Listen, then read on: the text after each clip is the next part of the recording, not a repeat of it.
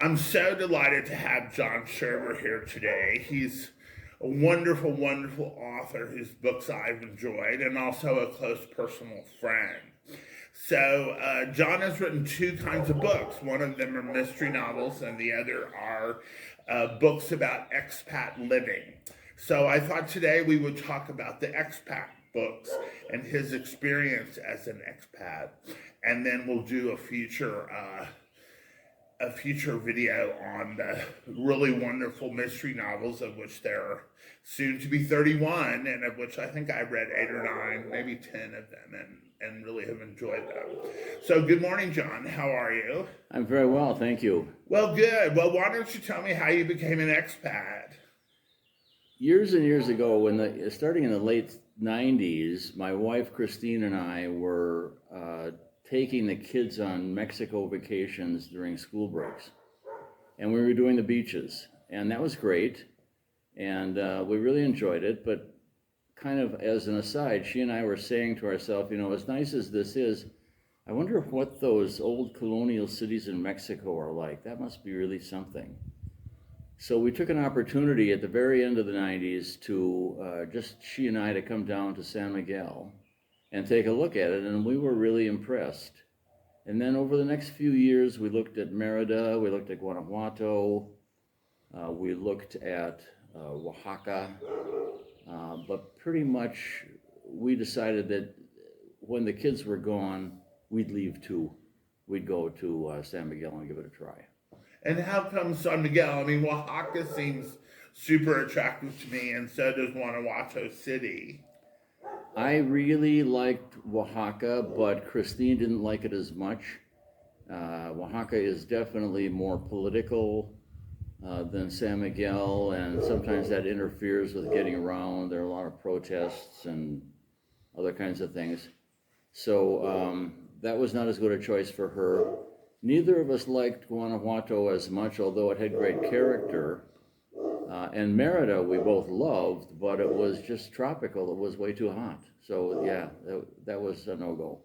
Yeah, so I can see that. Well, I think Guanajuato City is simply fabulous, but for people who are our age to face those kind of steps, Yeah.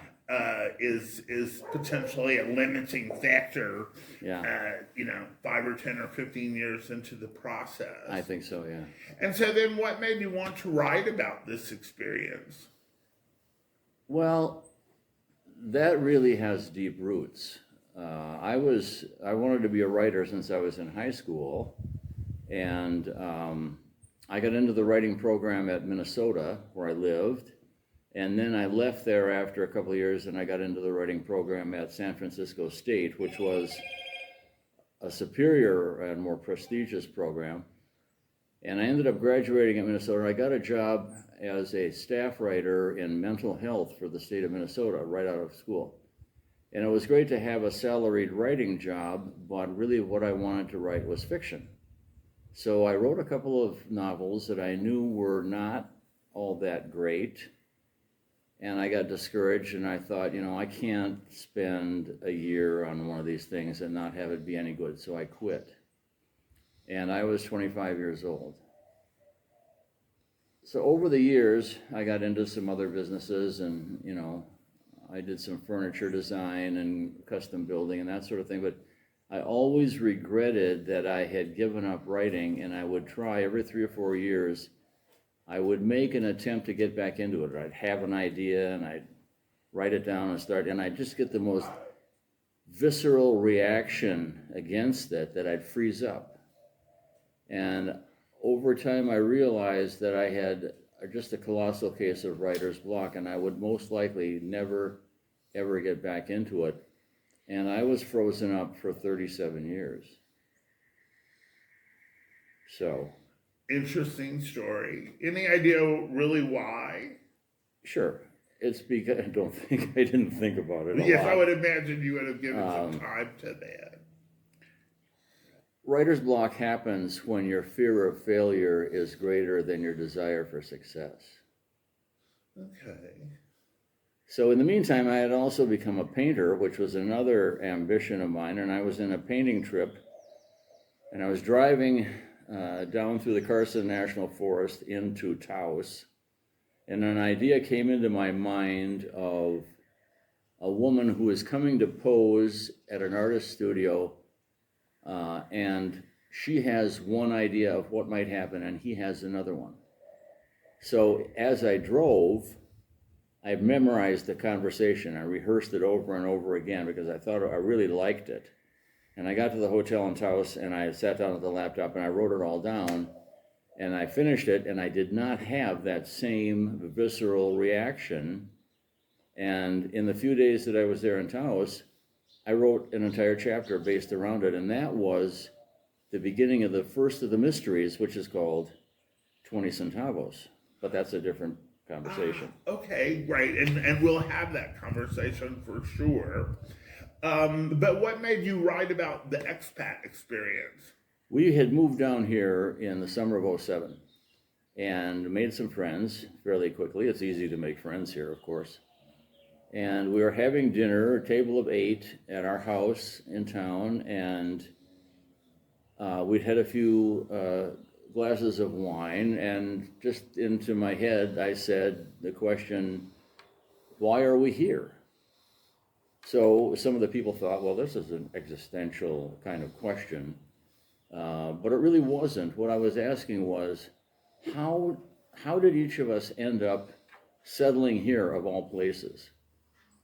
So that conversation went on, and I got some interesting responses, and after people left, I said to Christine as we were cleaning up, you know, what if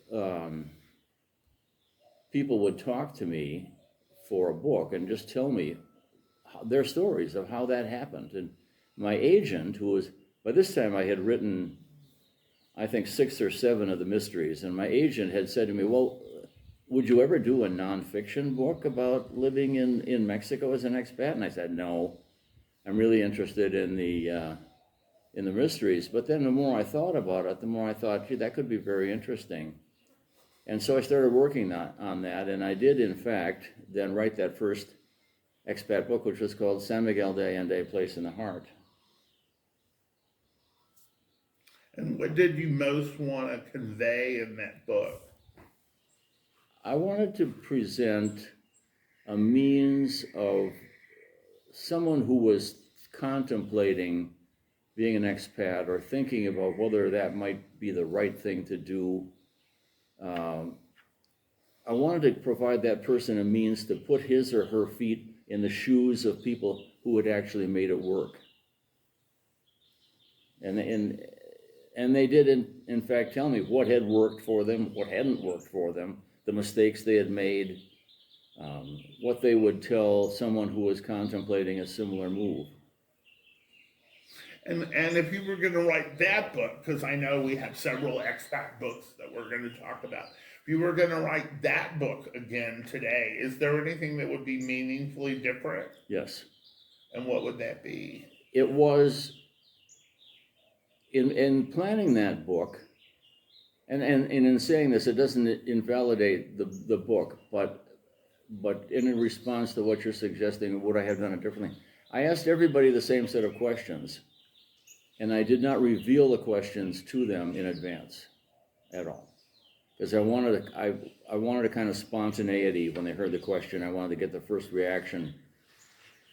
But then afterward, I wondered whether some of the questions might have been more particular to individuals, and would that have gone further?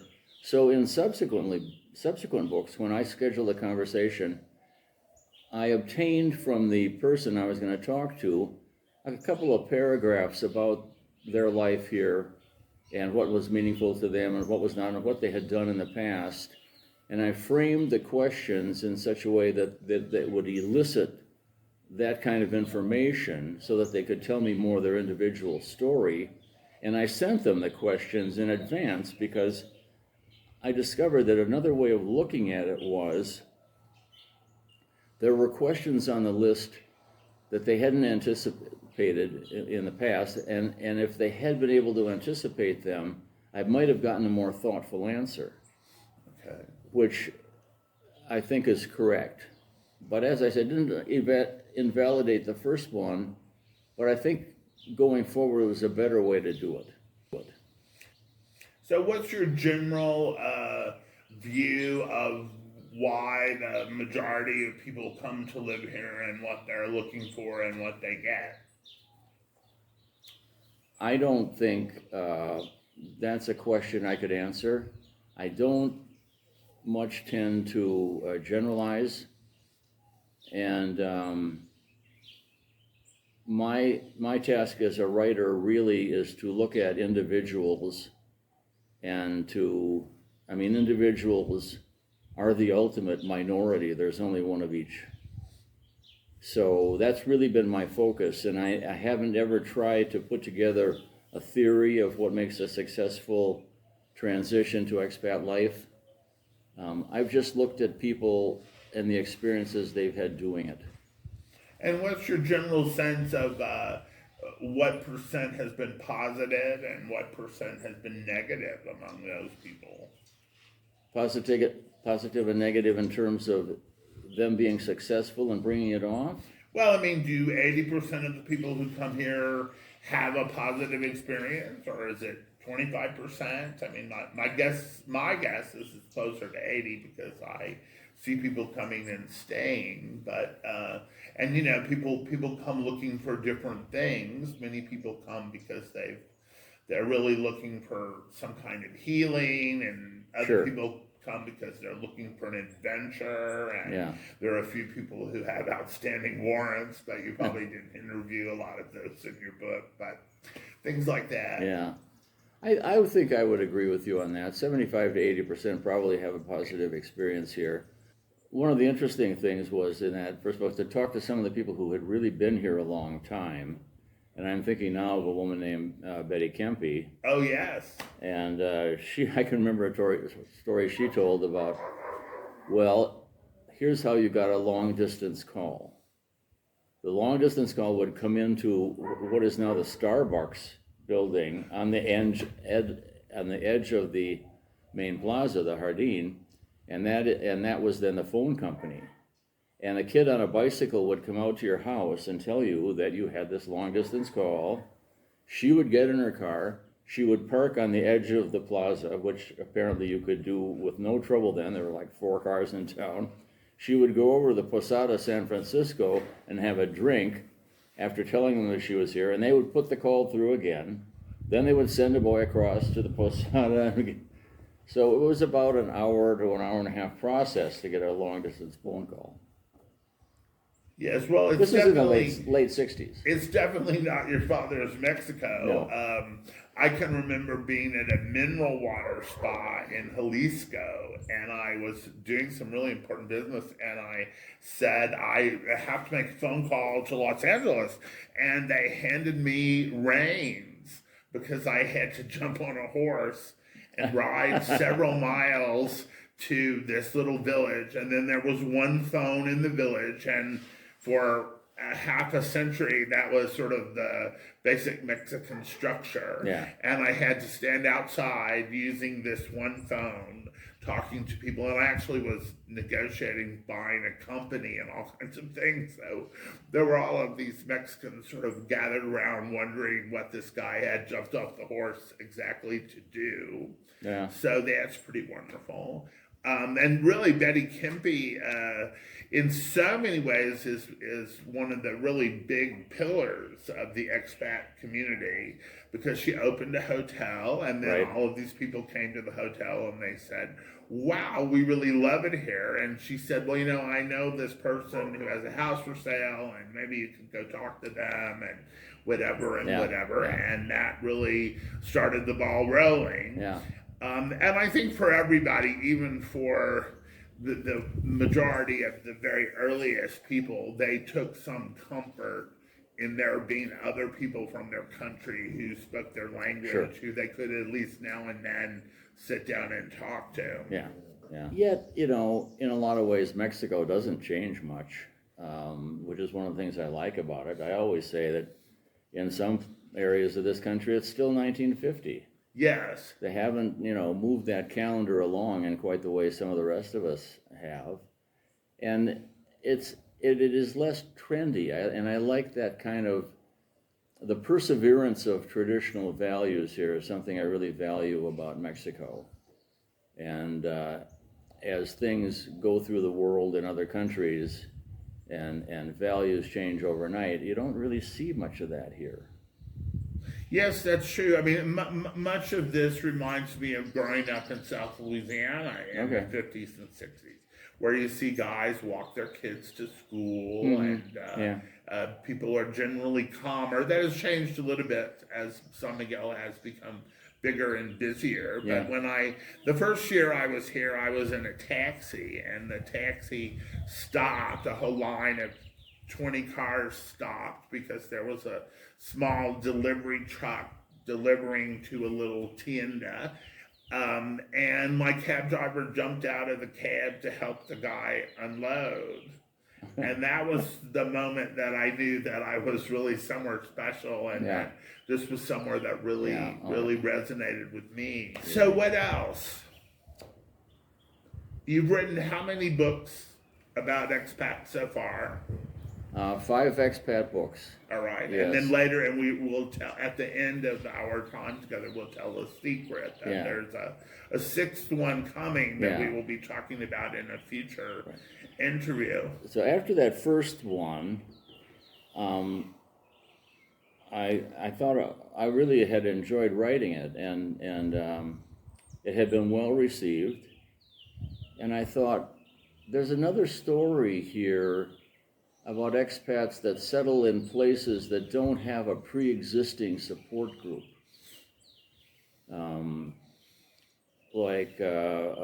A couple of guys I met who lived in San Luis de La Paz on the edge of Pozos. It's really about a little over an hour, maybe an hour and a quarter from here. Well, they were the only expats in this town. And so I thought, why don't I travel around a little bit and talk to people like them, and go down to Oaxaca and talk to some people, and other places, and Puebla. And so I did that, and that was a lot of fun. And I desperately wanted to get somebody to talk to like that in Chiapas. And I knew some people here who, and the guy told me, well, yeah, I do know a person in Chiapas, and let me give you his name. So I got hold of him, I emailed him, and I told him what I was doing, and I asked him what he thought of participating in this book and doing an interview. And I was happy to come down to Chiapas and talk to him. I hadn't been to Chiapas at that point. So he was wildly enthusiastic about it, but then what I discovered was that he was a missionary. And when that came out, I said, look, the kind of person I'm talking to in this book is a person who doesn't want to leave a big footprint on the culture, who wants to settle quietly into place and find a niche for himself or herself and live more like the natives do. And I think, excuse me if I'm wrong, but as a missionary, you're trying to change some fundamental values here, and I don't think you're a good fit for this book. Well, he got kind of snarky, and he said, well, isn't that what the Spanish did to the natives too? I said, yeah, and I didn't like that either. So I ended up not having a Chiapas chapter in that second book. Yes, and people come here for different reasons. Yeah. There's someone in Chiapas who's supposed to have murdered his wife and came down there to escape the authorities. And I met a fellow down there who collects textiles, and one of the Schlumbergers, as in the oil service company, in the early 70s said to him, I'm going to send you $1,500 a month, and I just want you to buy me whatever you think I ought to own. Okay. And she and her husband did that for, I think, 20 years. Oh, really? And then gave the whole kit and caboodle to some museum in New York, and it's the greatest collection of whatever. Yeah. So all those things that are very far away in European culture, because there's nobody like Berenson who can walk into a church and find something that is of incalculable Yeah, value, yeah. still exists in Mexico, and you can discover things and discover stories that are so much more available. Well, and it made me think of this was all the skills that so many people think are lost. Many of them are just still present, like stoneworking, exquisite stoneworking. And I've heard some gringos walk by something and say, well, gosh, no one's alive who can do that anymore. Well, they're all around you. Exactly. It's here. That's still here. That's same stone, yes, same yes, tools, yes. and the descendants of the same people. Yeah, it's great.